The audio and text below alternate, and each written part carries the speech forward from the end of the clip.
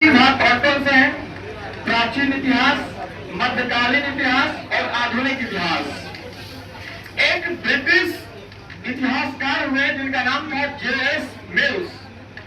JS. Mills ने भारतीय इतिहास को 3 भागों में बांटा।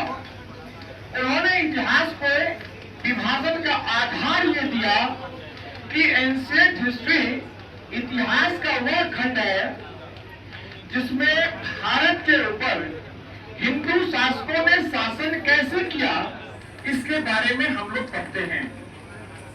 जे.एस. मिल्स ने बताया कि मध्यकालीन समय वह शासन का दौर था जब भारत पर कैसे मुसलमानों का शासन स्थापित हुआ। दिल्ली सल्तनत, मुगलिया डायनेस्टी, ये तमाम चीजों के बारे में तुमको यहाँ पे पढ़ना होगा मेडिवल हिस्ट्री में। तो यहां से हिंदुओं का शासन मुसलमानों के हाथ में जाएगा और जब मुसलमानों के शासन का पतन होगा तो वह स्थान यूरोपीय शक्तियां लेंगी।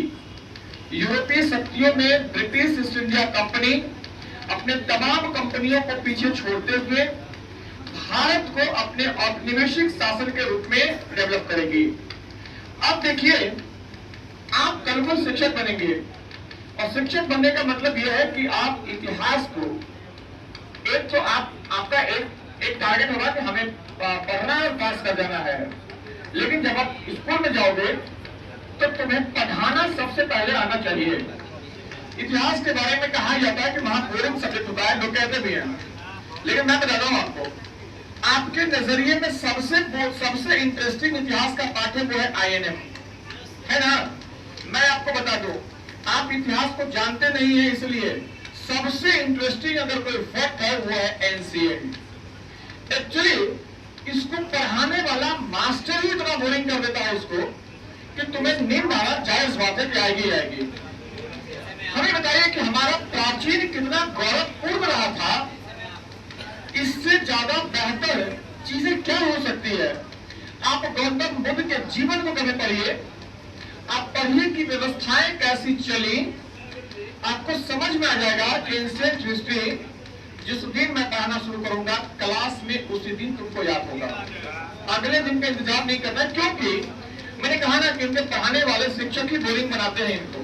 मेडिवल हिस्ट्री तो राजा महाराजाओं की कहानी भरी पड़ी है, सुल्तान बादशाह की कहानी भरी पड़ी है, तो यहाँ पे तुमको वो पढ़ना होगा।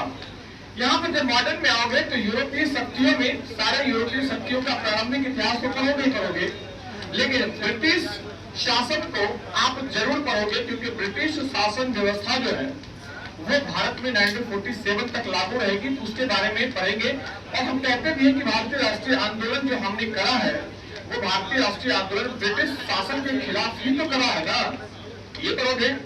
विश्व इतिहास देखोगे क्या करके, तो भाई विश्व इतिहास में अपना ही एक इतिहास है। विश्व इतिहास के बारे में कहा जाता है, अगर इतिहास वाकई समझना है आपको कि आपका इतिहास कैसा है, तो देखो उसका अरेंजमेंट कैसे होना चाहिए। कभी आप जब मास्टर बन भी जाना तो इतिहास को पूरा जरूर जानना, अपने इतिहास को। पहले एंशिएंट पढ़िए, एंशिएंट के बाद मेडिवल पढ़िए, मेडिवल के बाद विश्व इतिहास पढ़िए और तब पढ़िए मॉडर्न। मैंने ऐसा क्यों कहा, अब मैं आपको समझाता हूं। मैंने कहा हिस्ट्री और इतिहास के तीनों खंडों का मैंने अलग अलग टाइम पीरियड रखा। एंशिएंट की बात जब हमने करी तो हमने कहा कि एंशिएंट का टाइम पीरियड जो है ये एक अननोन पीरियड से शुरू होगा। अननोन पीरियड से 712 AD तक का जो टाइम पीरियड होगा ये प्राचीन काल के इतिहास का समय माना जाता है। उसके बाद एक खंड आपका शुरू होगा जिसको हम मेडाइवल कहते हैं, और मेडाइवल जिसको मध्यकालीन इतिहास कहते हैं, ये 712 AD से शुरू होता है और ये चलेगा तुम्हारा 1757 तक। तुम कहोगे कि सर बहुत जगह हमने पढ़ा है कि 1757 नहीं, 1707 तक औरंगजेब की मृत्यु तक मेडिवल हिस्ट्री को पढ़ते हैं, लेकिन हम समझाएंगे तुम्हारा वो चीजें क्लियर हो जाएगा। उसके बाद मॉडर्न की हम बात करते हैं, तो मॉडर्न हिस्ट्री को हम कहते हैं कि 1757 से शुरू होगा और 1947 तक चलेगा। ये हमारा मॉडर्न हिस्ट्री है। अब जरा सा इसी बातों को विश्व इतिहास के संदर्भ में लीजिए। विश्व इतिहास के संदर्भ में मैं बस इतिहास की घटनाओं का कंपैरिजन कर रहा हूँ। प्यादे वाले मैं आपको भी कह रहा हूँ कि आपके सिलेबस में सिर्फ और सिर्फ राष्ट्रीय आंदोलन है, लेकिन क्या भारतीय राष्ट्रीय आंदोलन का स्वरूप कैसा रहा था, इस बात को आप क्या उतने अच्छे तरीके से समझ पाओगे? इस बात को समझे बिना कि आखिर हिंदुस्तान की किस परिस्थितियां ने हिंदुस्तान को गुलाम बनाया, भारत क्यों गुलाम बना? वो भारत जिसकी जीडीपी कभी विश्व की जीडीपी की 40% हुआ करती थी, वही भारत जब 1757 में पूरे विश्व के जीडीपी का 23% जीडीपी था, वह भारत जब अंग्रेज छोड़ करके गया तो मात्र 1.5% की जीडीपी हमें मिली। तो सारा खेल तो इतिहास में पैसा का था। तो जब तक तुम ये नहीं समझोगे कि तुम गुलाम कैसे हुए, तब तक तुम भारत के आजादी का महत्व कभी नहीं समझोगे। इसीलिए हमने अपना पहला क्लास जब तुमने भी शुरू किया था 1857 की क्रांति से पहले मैंने एक लेक्चर दिया था और 1857 की क्रांति तक उसको जोड़ने की कोशिश की थी कि इस बीच में क्या क्या हुआ। अब यही पर हम विश्व इतिहास की जब बात करते हैं तो विश्व इतिहास में कहा जाता है कि ये दोनों चीजें साथ ही शुरू हुई है। इसका भी कोई पीरियड नहीं पता है कि आखिर विश्व इतिहास प्राचीन काल में कब से शुरू हुई, लेकिन विश्व इतिहास खत्म हुआ प्राचीन काल 500 एडी में आकर के। कहते हैं कि 500 एडी से लेकर के 1453 की एडी की जो घटना है, यहां तक मध्यकाल चलता है विश्व इतिहास में। उसके बाद 1453 से लेकर 1950 तक विश्व इतिहास में चलेगा आधुनिक काल। क्या चलेगा?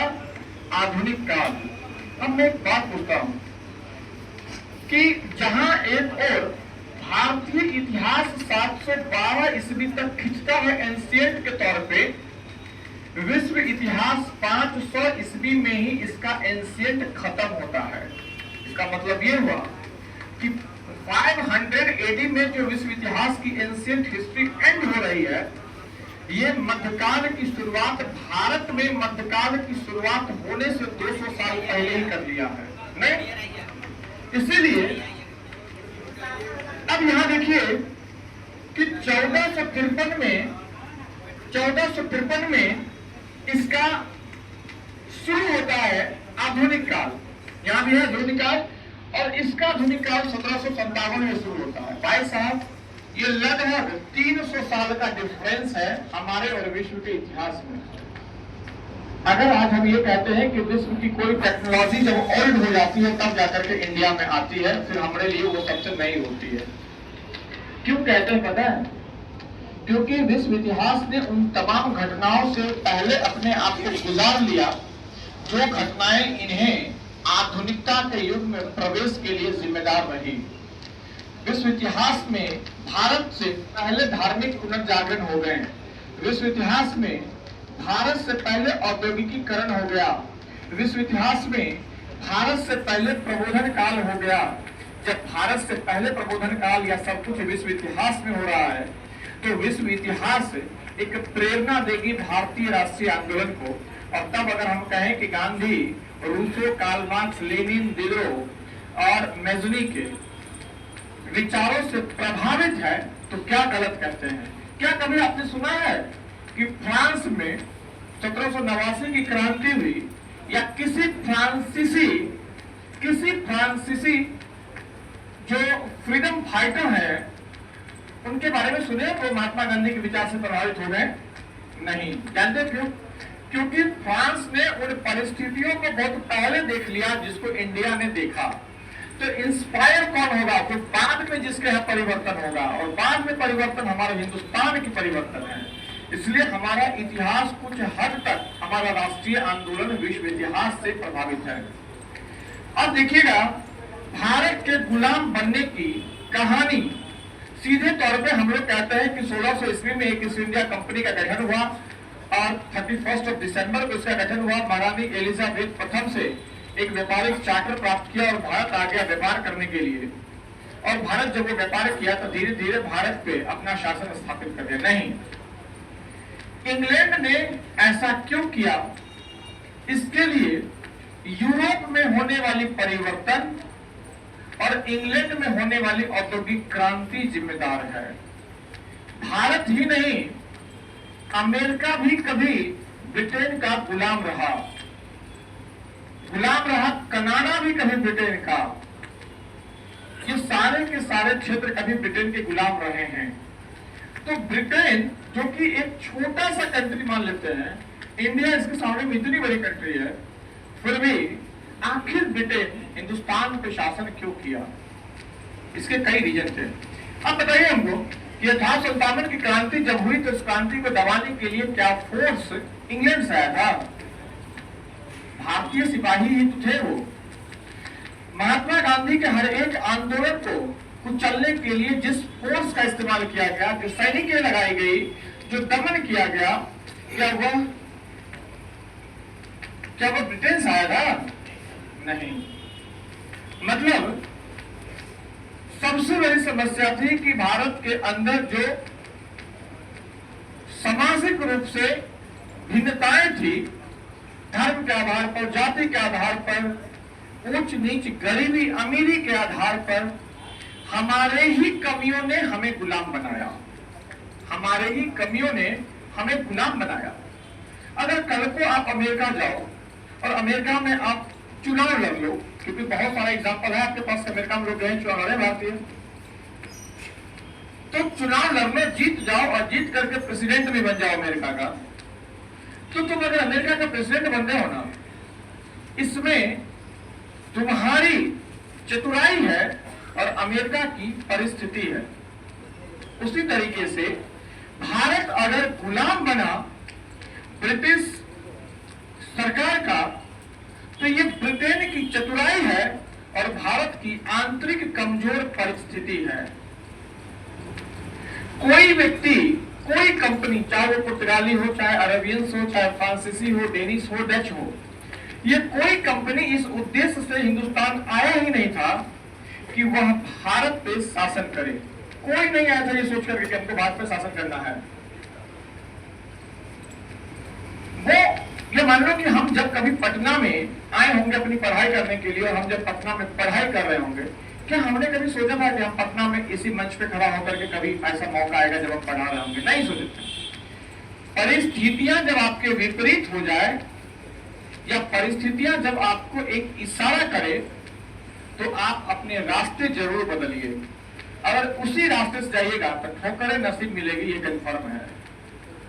इसीलिए भारत की परिस्थितियां कुछ ऐसी थी, अगर ब्रिटेन नहीं शासन करता तो बेटा फ्रांस शासन करता, और जब फ्रांस शासन करता तो मैं बता दूं कि ब्रिटेन ने जहां जहां शासन किया है वह सारा देश धार्मिक रूप से ठीक है, और जहां जहां फ्रांस ने शासन किया वो पूरा का पूरा देश, पुर्तगाल ने जहां शासन किया वो पूरा का पूरा देश क्रिश्चियन हो गया।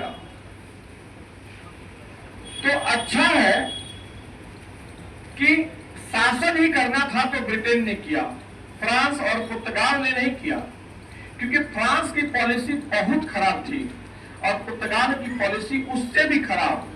आप अंदाजा लगाइए, गोवा को देख लीजिए। गोवा जो 1961 में पुर्तगालियों से आजाद हुआ, आज गोवा में उसकी सबसे बड़ी आबादी 95% प्लस की आबादी क्रिश्चियंस की है। जानते हैं क्यों? क्योंकि गोवा में वो रहा और जाते वक्त पूरे क्षेत्र को वो क्रिश्चियनिटी में बदल करके चला गया। क्या ब्रिटेन ने किया अपने समय ऐसा? नहीं। ब्रिटेन ने एक बड़ा धार्मिक परिवर्तन शुरू किया, लेकिन ब्रिटेन ने कभी भी धर्म को तवज्जो उतना नहीं दिया। लड्डू आ गया तो आराम से बंटवाइए, और तुम लोग अपने रास्ते अपने ही जगह पर है ना, तुम सबके पास पहुंच जाएगा स्वयं।